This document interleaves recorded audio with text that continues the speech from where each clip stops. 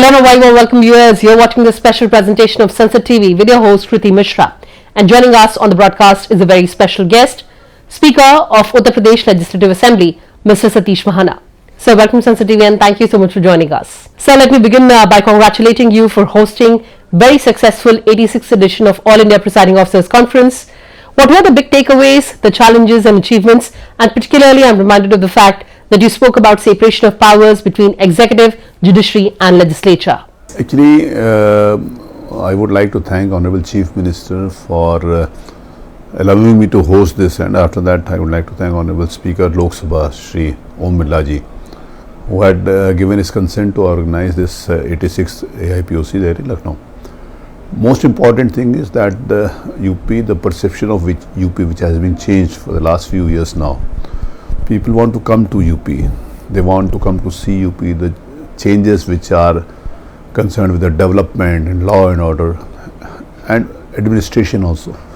But simultaneously, when the people, those who are connected with legislation part of the system, they want to come and see what legislative changes have been made in UP Assembly. When I started 4 years back with my journey of this new assignment as a Speaker of the House, so I wanted that people must come and visit, because I have visited more than 45 countries across the world. I saw that parliament, people going to the parliaments, going to the assemblies, knowing their best practices, how does this system works, what is the institution's role in the society and directly to the people of their own state and countries. This was more important for me. So I started renovating this building. Grandeur of the building was more important for me, that which would attract the people to come and see how big transformations have been made within these few years. That was main important role. So people asked me कि यार you are changing this much, इतना पैसा खर्चा कर रहे हो, why do you want to do that? मैंने कहा नहीं, people will come and see this building. I am not asking people to come and see the building. This is a just I am creating an environment that people must come here and understand what legislation is. What do the legislators do? Unfortunately, after independence, within last few decades, you can say now, people had a disconnect with the legislation and common man. People think that legislator is a man who does not know anything, because this type of silly jokes were made in the past कि परिवार में पढ़ा लिखा लड़का है तो engineer बनेगा, ये डॉक्टर बनेगा, इसको कुछ नहीं आता तो ये नेता बनेगा.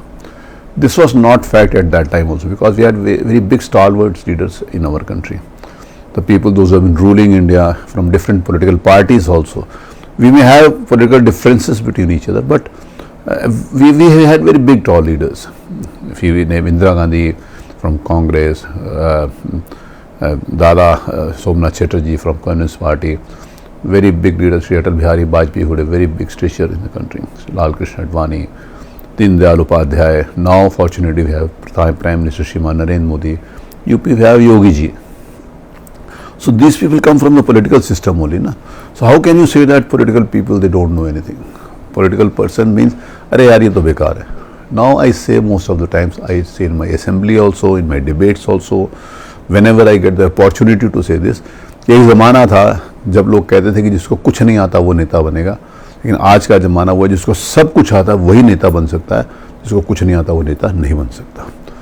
आज वो ज़माना है. तो this part of the legislation must go to the common man.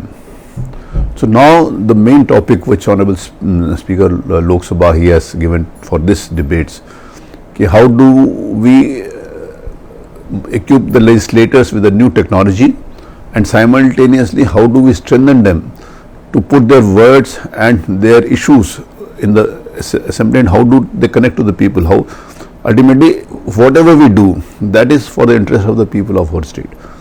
So एक आम आदमी तक हम अपनी बात कैसे प्रभावी ढंग से पहुंचा सकते हैं. पीपल मस्ट अंडरस्टैंड कि लेजिस्लेटर्स का सिर्फ काम थाना चौकी नहीं है, कानून बनाना, पूरे प्रदेश की व्यवस्था करना. If something negative is being done at any part of the state, for example, if some law and order position arises due to some different reasons also, unfortunately कोई एक आदमी मर गया तो people say योगी जी के राज में मरा है. They do not say that इस जिले का जो प्रशासनिक ऑफिसर है वो खराब है.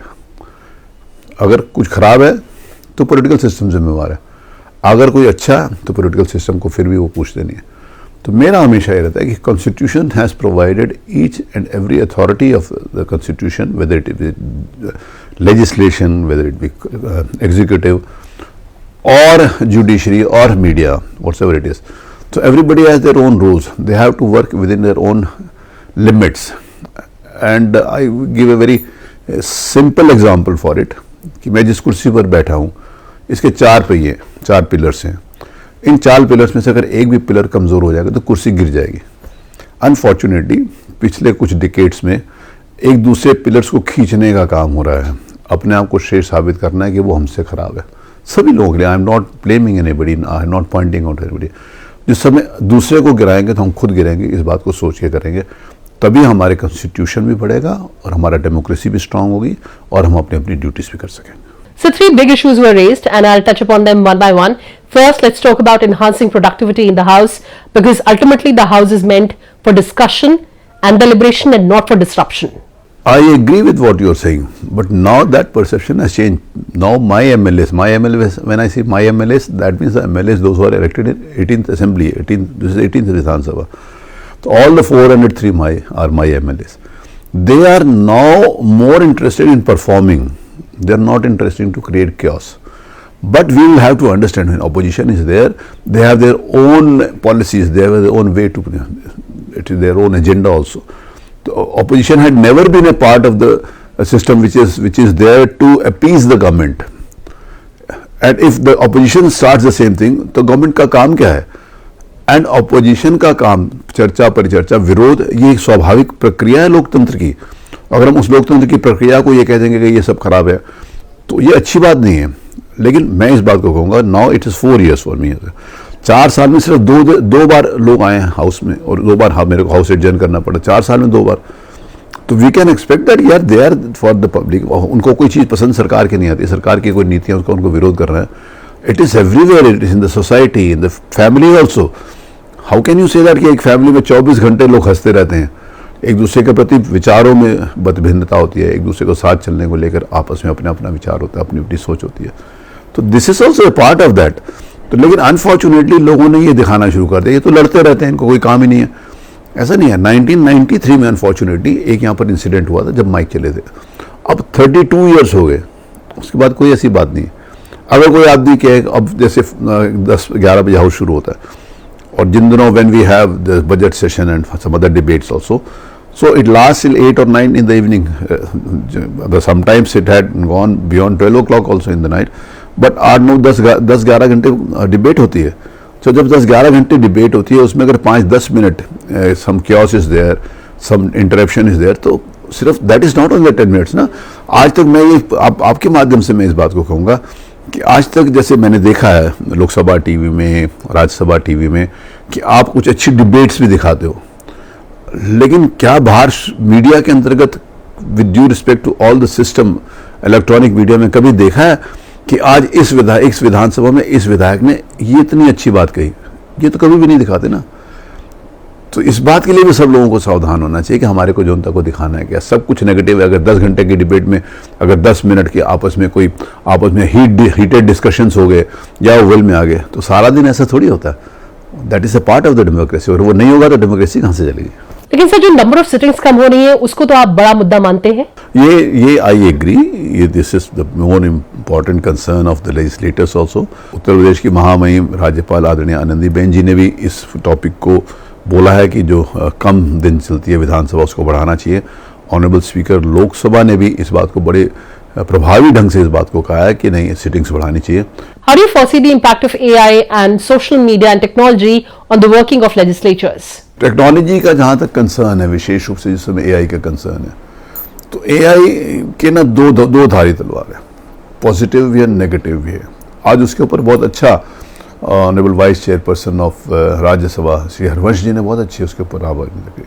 उन्होंने बताया कि AI से ये सारी सावधानियाँ बरतने की जरूरत है, ये नुकसान है, और उन्होंने फ़ायदे भी गिनाए। तो अभी इमर्जिंग स्टेट के ऊपर AI है, तो अभी बहुत सारी चीज़ें उसमें क्या अच्छा होगा क्या ख़राब होगा, उसमें गवर्नमेंट्स को भी डिफरेंट लेवल्स के ऊपर, whether is the state government with the government of India, उसके ऊपर पूरा देख कर उसके ऊपर जिस समय पूरी तरीके से कानून बना के सामने नहीं लाते, तब तक उसके बारे में एक तरफा कहना कि ख़राब है तब भी अच्छा नहीं होगा, और एक तरफा कहना कि ठीक है तब भी अच्छा नहीं होगा।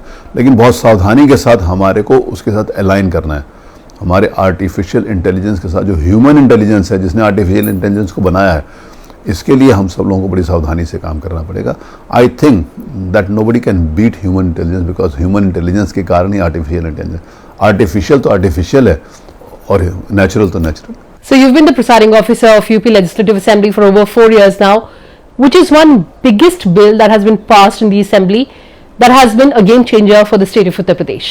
देखिए, ये जो शिक्षा से संबंधित विधेयक हैं, जो बेसिक शिक्षा, जो बच्चों तक पहुंचने की बात है, क्योंकि हर चीज़ इंपॉर्टेंट है। जिस समय समाज में हम कहते हैं it is not, you can not leave anything if it is concern with the agriculture part of the system. Farmers का कंसर्न है, सबसे बड़ा कंसर्न है, यूथ का कंसर्न, महिलाओं का कंसर्न, डेवलपमेंट का कंसर्न, इंफ्रास्ट्रक्चर का कंसर्न, हर जगह। लेकिन अगर नेचुरली जिस समय उस शिक्षा के बारे में हम सोचेंगे, जो बेसिक शिक्षा है, अगर उसी में सुधार होगा तो आगे सब चीज़ अच्छी चलेगी। मुझे लगता है कि वो जो विधेयक आए उस शिक्षा के सुधार के संबंध में, और एक माहौल बनाने के लिए, जैसे बेसिक शिक्षा, स्कूलों को हम लोगों ने बहुत सारा पूरा नया स्वरूप दिया।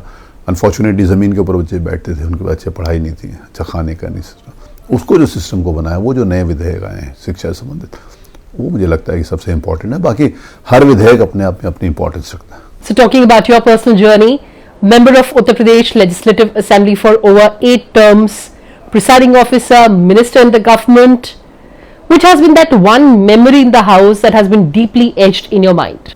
लैंडमार्क याद में यही कहूँगा कि उत्तर प्रदेश विधानसभा अध्यक्ष बनने के बाद मुझे बहुत अच्छा लगा, क्योंकि मैंने सारी पोजीशंस को ड्यूटी के साथ निर्वहन किया है। Some people say that I enjoyed those positions. I enjoy when I work.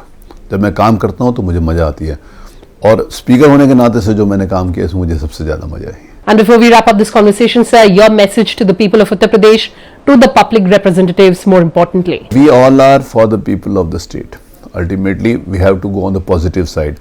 मैं लोगों को कहता हूँ कि जो आपके एमएलए हैं, आपने ही उनको चुना है।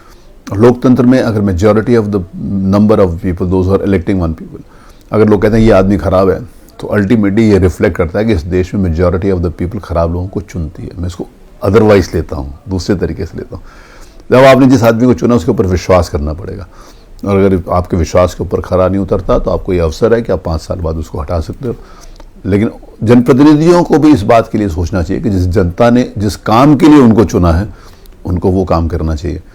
जनता ने जनप्रतिनिधियों को अपने प्रभाव के कारण अपना प्रभाव स्थापित करने के लिए, अपने आप व्यक्तिगत स्वार्थों के लिए नहीं चुना। जनता ने चुना है जनता के हित के लिए, और जो व्यक्ति जनता के हित की बात करता है वो 8 बार चुना जाता है। Well, on that note, thank you so much for talking to Sansad TV, sir. Thanks a lot. Thank you.